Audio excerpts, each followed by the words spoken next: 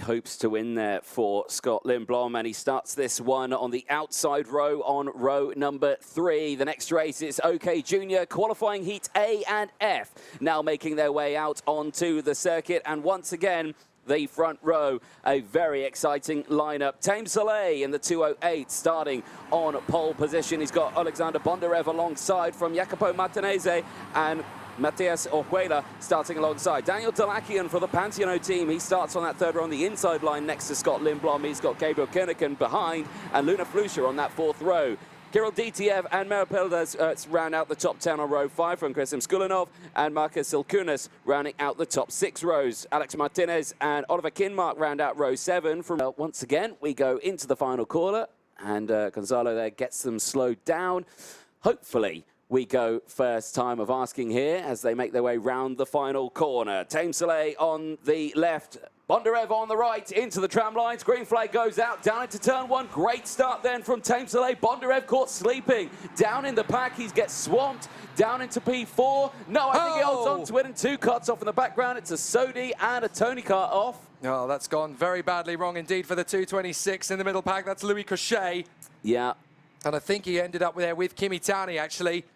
And there's more problems further round. Yeah. Louis Cochet out. Kinmark has got a problem.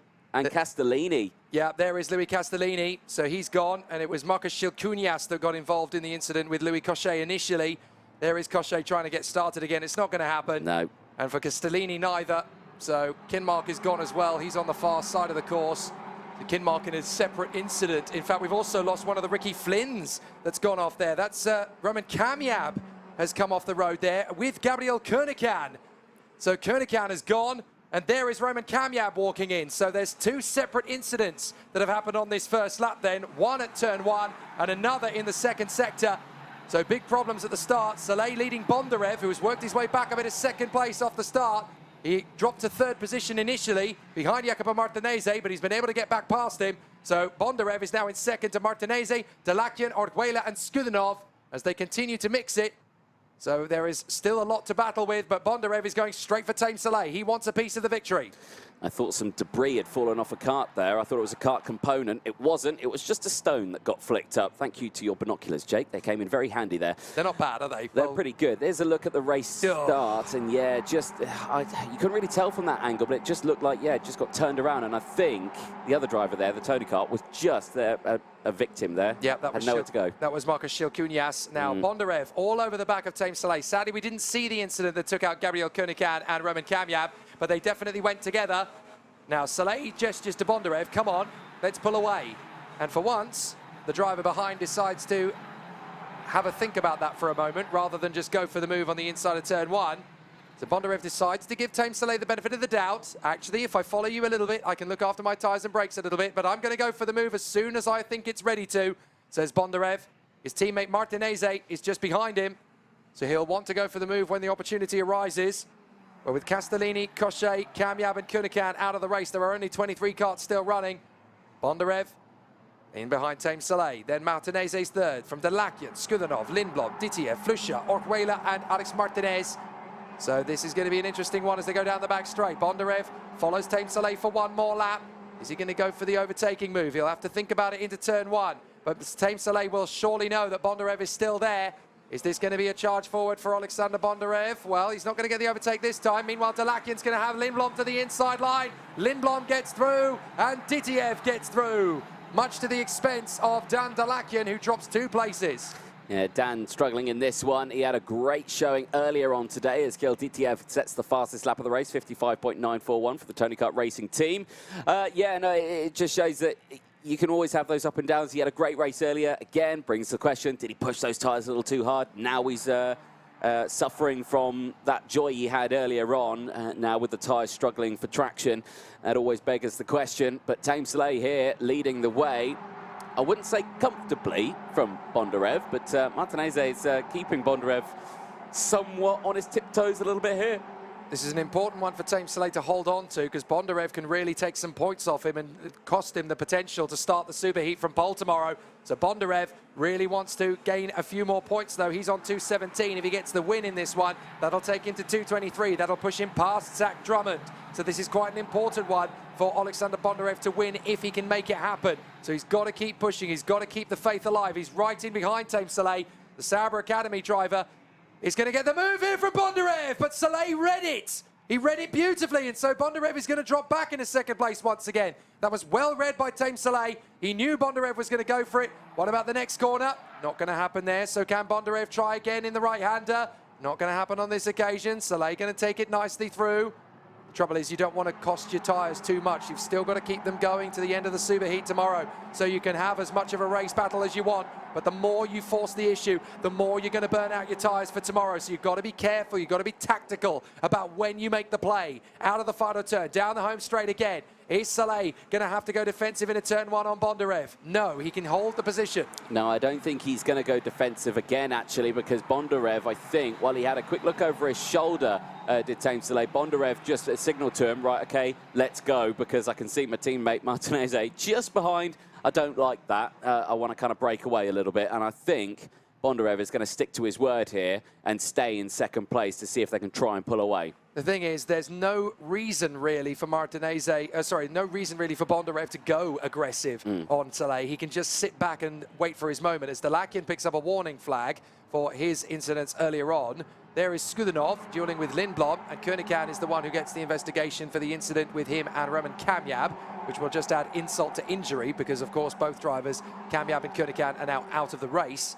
So Soleil still has Bondarev all over the back of him. Bondarev very strong off the back straight. So as they go across the line, 3 laps to go. Bondarev's got to time the move for the lead effectively. He doesn't want to do it too early. Soleil drifts out a little wide through turn one. That's going to be a comfort for Bondarev. He doesn't want to push it too hard, but he also knows that the man in front is fairly vulnerable.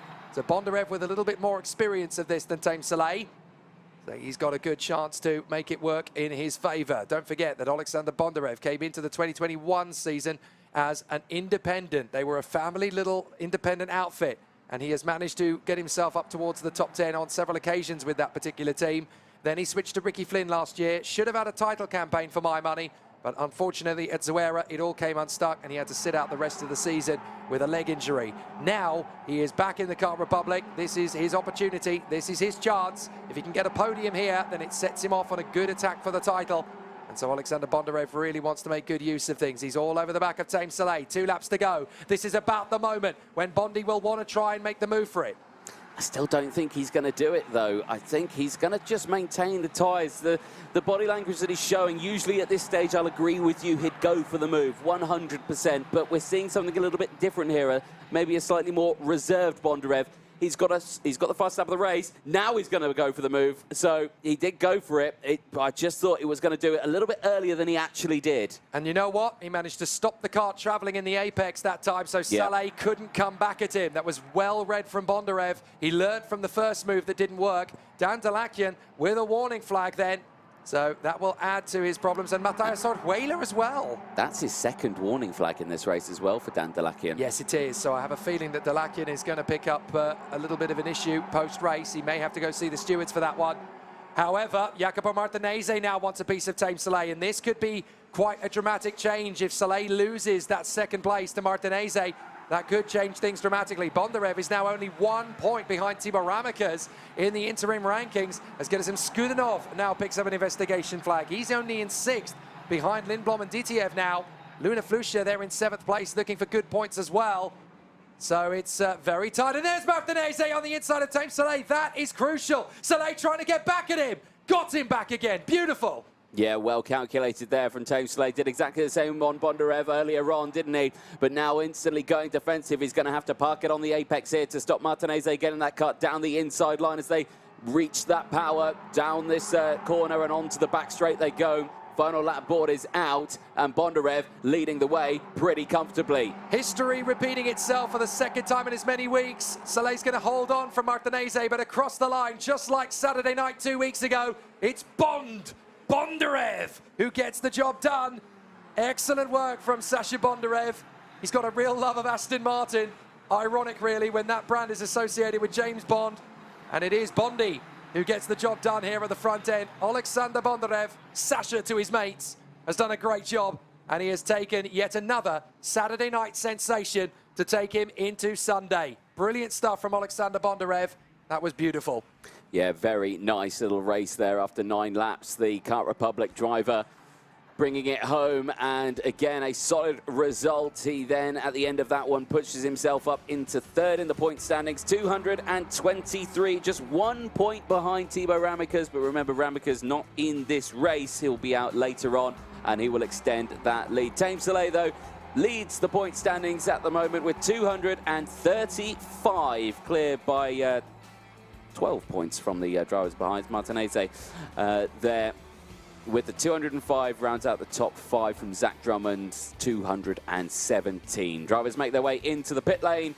Here's a look then at the provisional classifications at the end of the for the race victory in tomorrow's final. Here they come, and as we look back over the highlights again, very aggressive start from Martinez. Bondarev, look, he actually got a poor start initially, but he held his nerve around the outside of the hairpins and slotted himself in. That's where we get the pitch around as Cochet and Sucuñas go sideways. Castellini is off the mix there somewhere, so too is Kinmark trying to get the kart going again as Castellini pulls off to retire.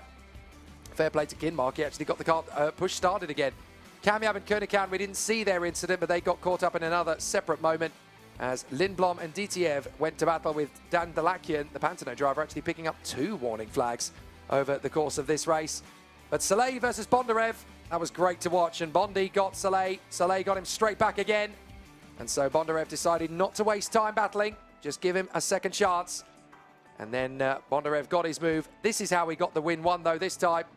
That's the same move as before, my apologies. That's a different angle on the same move. But the later move, at exactly the same point, this is how he stopped it. Look at him on the inside apex. That's better. Stopped it travelling. Completely different strategy that time around. Crucially as well, it was a smart drive from Bondarev. He waited for a while to stop anyone from behind making the move. That was where we saw the change from Martinez and Tame Soleil as well. But Tame Soleil able to defend that one exactly the same way he did from Bondarev. But Bondarev would take the win at the end of the 9 laps of racing. And again, a brilliant result. He'll be happy with that one.